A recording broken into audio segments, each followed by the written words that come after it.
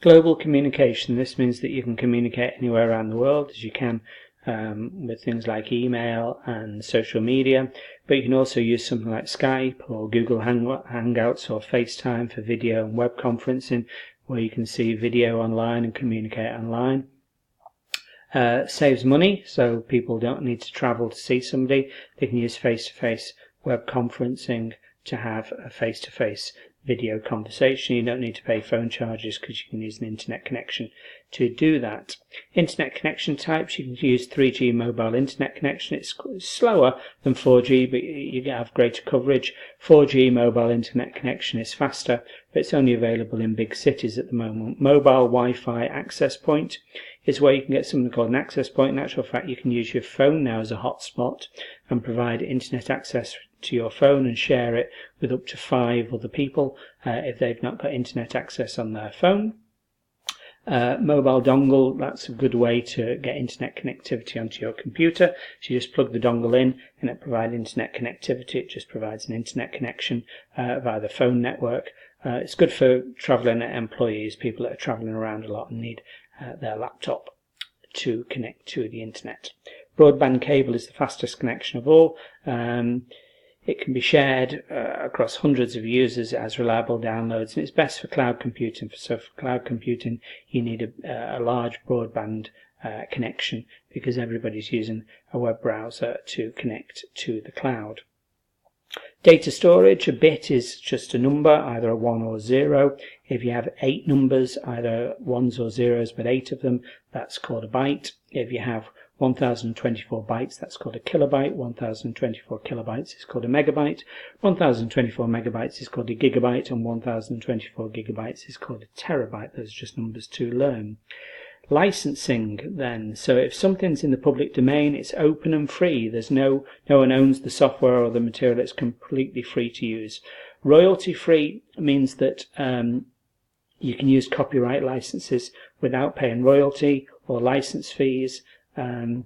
So no one's going to charge you for sort of, say for example, playing music or using their software. But it is copyright, so you can't change it in any way. Digital rights management, BBC iPlayer, this is a special kind of licensing, so it stops TV programs from being copied. You can download the program whenever you want, and play it whenever you want, within 30 days, after which it's deleted from your computer. It just gives people like the BBC increased control over their content, so they know that after 30 days it's going to be deleted, so they get a bit more control. And GPL, General Public License, is open source software, so you can have it. Open source is free software, freely available, quite often through a web browser, but you can't change it and sell it into proprietary software, so you couldn't sell it on and make any money out of it. Proprietary software is paid for software, so even though they're paid for, sometimes they're more popular than the free option. So say, for example, Apple and Microsoft that make something like Microsoft Office are still the most popular Office suite, and you pay an awful lot of money for that, an awful lot of money for their operating system, Windows, but it's just because they're advertised and well known. So because they've got big company backing, then their advertisement will mean that they will be more popular and people will pay for them. But quite often then there's alternatives out there which are just as good, in many ways better, and are free of charge. So the advantage of proprietary paid for software is that you do get a bit more support and training. You get what you pay for, but the disadvantage is that sharing of files can be difficult. So something that's done, say for example, in PowerPoint, or something that's done in Word, or something that's done in Excel, often won't open in other software, and the source code is hidden, so you couldn't change it in any way. So it's owned by Microsoft, and they design it and they update it, and nobody else can change it in any way. And sharing of those files and importing them into other applications is difficult because they want you to carry on using their software and not import it into other kinds of software that might be free. Custom written means that if I want a piece of software, say for example, if I'm a bank manager and I want a piece of software that works specifically for my bank to do a specific job that nobody else wants, I can get a software developer to write me a specific piece of software. So it's specific to a particular task, that job that I want it to do. However, it can be very expensive for me to get that, because I'm paying one-off costs. I'm getting someone to develop a piece of software just for me. Off the shelf means that you go into a shop or online and buy some software, say for example Microsoft Office or a game or something like that, or an app. It's developed by a software company and sold to the general public. So I see a piece of software I like and I buy it. The advantage is that it's cheaper than the custom written stuff. So the custom written stuff is quite often written for one person, whereas this will be developed and sold to a large number of people. So it's going to be cheaper. Technical support's more available for this. The disadvantage is that there might be features in there that I never use. So in Microsoft Office, so for example in Excel or PowerPoint, there might be features in there that I don't even know exist, that I certainly never use. So I might only use part of the software. Open source software, sometimes called FOSS or free and open source software, or sometimes called open standard, is written by people like you and me. So it's written by a community of developers that will change it, and it will be free. That's a great advantage, open source software.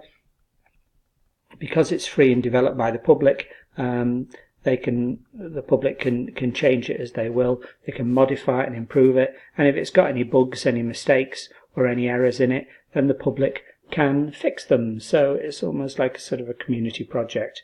There's no chance of fines because it's completely free, any legal action, so you don't need any licenses.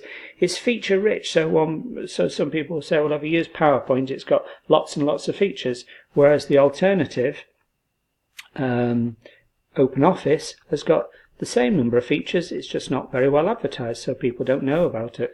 That's the only difference, but it's just as good. Cost savings on licenses, upgrades, so the community will upgrade it and produce administration for it, so documentation to go with it. No lock into one company, so because you're not buying it, you're not locked into one company and have to pay their contract fees forever. You're not paying for anything. Students can have the same software at home, so if you use that in school, open source software, then students can freely download it and have it at home to carry on working. It's got interoperability, so the software developers, the community, people like you and me, make sure that it's interoperable. There's interoperability. That means that you can share data between different applications, so they make sure that you can import information from one package to another. So whereas PowerPoint, say for example, can only import information into PowerPoint and you've got to buy it, open source software will allow people to import all kinds of information into it, because the idea is that it's shared and will reach a wider audience. If there's a problem with it, you've either got to fix it or find somebody else in the community that can fix it, so that can be a little bit frustrating. But examples are LibreOffice, OpenOffice, something like Google Docs, all completely free and open source software.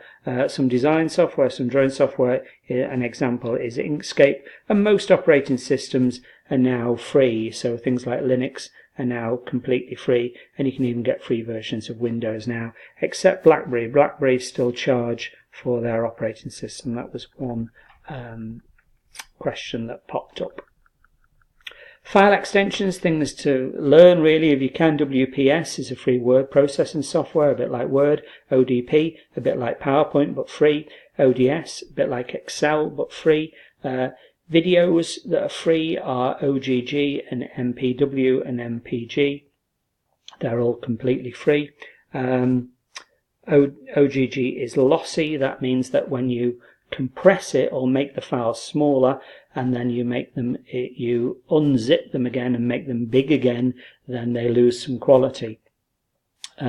Image files, SVG, vector graphics, that's where you have an object and you make it larger and it doesn't lose any quality and are quite small, whereas something like a PNG or a JPEG file, JPEGs are good for photographs, but you edit those dot by dot. They've got pixels, they've got little dots, and then you edit them dot by dot. They're quite large, and if you make them larger on screen, then they lose some quality, and they tend to be quite large as well.